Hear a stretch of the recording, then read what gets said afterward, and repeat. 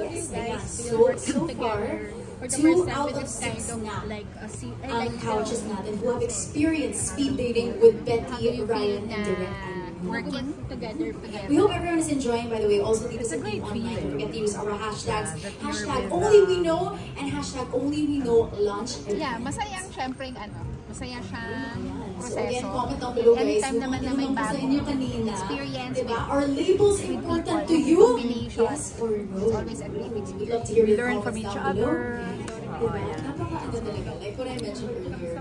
Ay, sabi nga nila, there's always a first time for everything, and I must say that this is a beautiful first time for, at least for me. For Miss Irene po, direct parang nakwento ko last time na parang ito years pa bago po ito film release.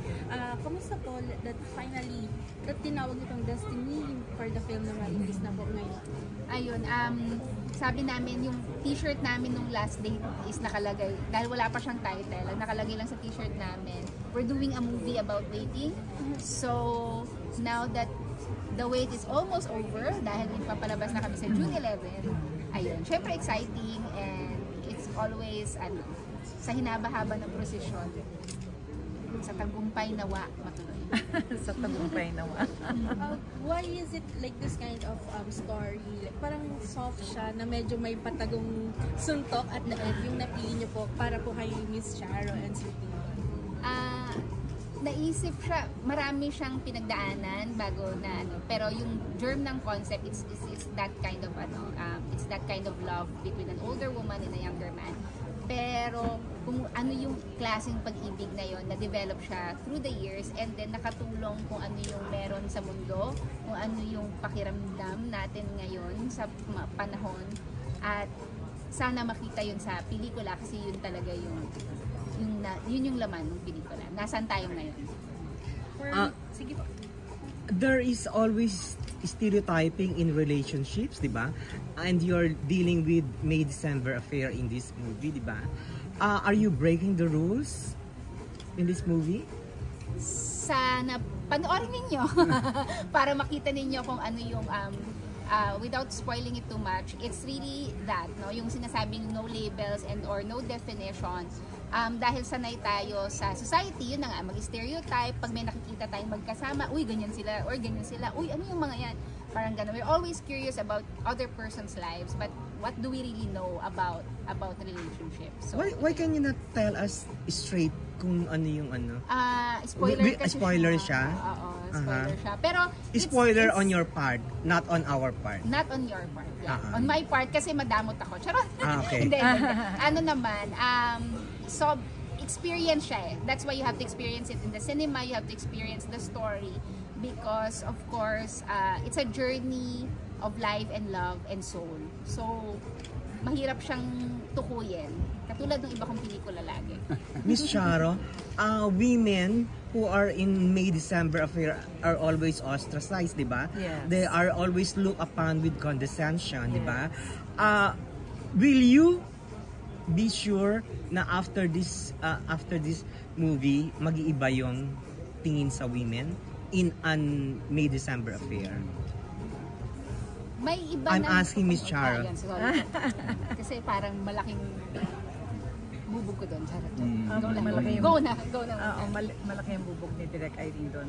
Parang, it's human nature to judge. I think, the world will still judge, whether you like it or not. But I think the world also has become more understanding and more, has shown more empathy to the non-traditional kind of relationships. Mas bukas na, mas naiintindihan, mas accepting. So, yeah. But the reality exists that the world will always be, there will always be people who will judge you, no matter what you do. There are so many May December affairs movies or television shows na napalabas na. How is it different from all of those?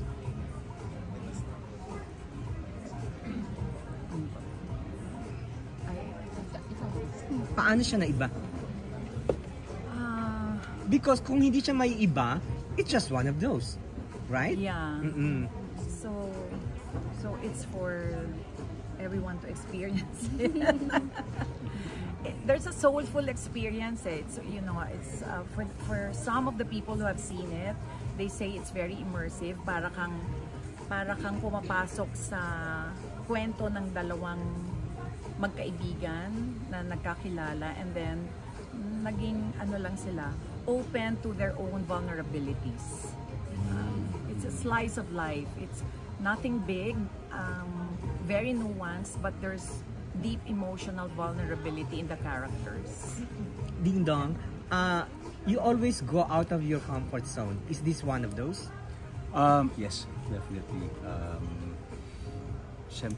When I choose roles, I want to take on roles that really challenge me. And si Ryan, pangalan ng character dito, isa sa mga yan. Kasi ano siya, super broken character.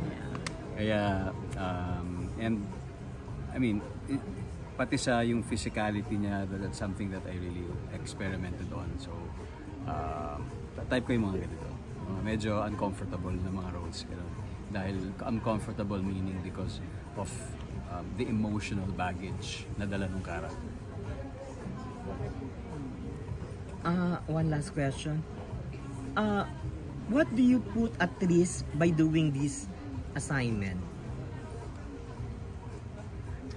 Parang, ay, ako? Both of you? Oo, sige. I think yung risk dito ay kapag hindi ginawa. Because that was the feeling that we got when we read the script. Na parang it is too beautiful not to do. So parang kung hindi siya gawin, parang yan yung greatest what if ng aming career siguro, ng buhay namin. Yeah. What if na sa panahong ito, kung kailan mas marami ng open sa different types of relationships, kahit may labels or wala, kasi hindi ay pinalipas namin. So yun siguro yung pinaka, para sa amin yun yung risk siguro na maaari kung sakaling hindi natuloy. Miss Chara? I think if you're an artist and you're true to your craft at kaya mo, and you believe in the story, the narrative, and you appreciate the journey of the character, there's nothing at risk. I mean, you're an actor, and an actor should be open. I'm not saying ready to do everything, but at least open to considering looking at other characters and getting out of one's comfort zone. Question po sa akin for our mini cast. Question na po. Parang yung trailer po, it gives like a message of private but not secret yung kanilang relationship. Alright, so we would like to announce once again for round number 2 that you have 1 minute left for our speed date. Minsan mas maganda yung may mga bagay na kayo-kayo na lang. But I'll tell you this, the movie is about us letting you into our lives. So it's all about that experience. Kaya hindi kayo makapag-antay na pasukin niyo yung bahay ni Betty at ni Ryan. Thank you po. Thank you. Thank you. Let's go. Pa-picture naman ako.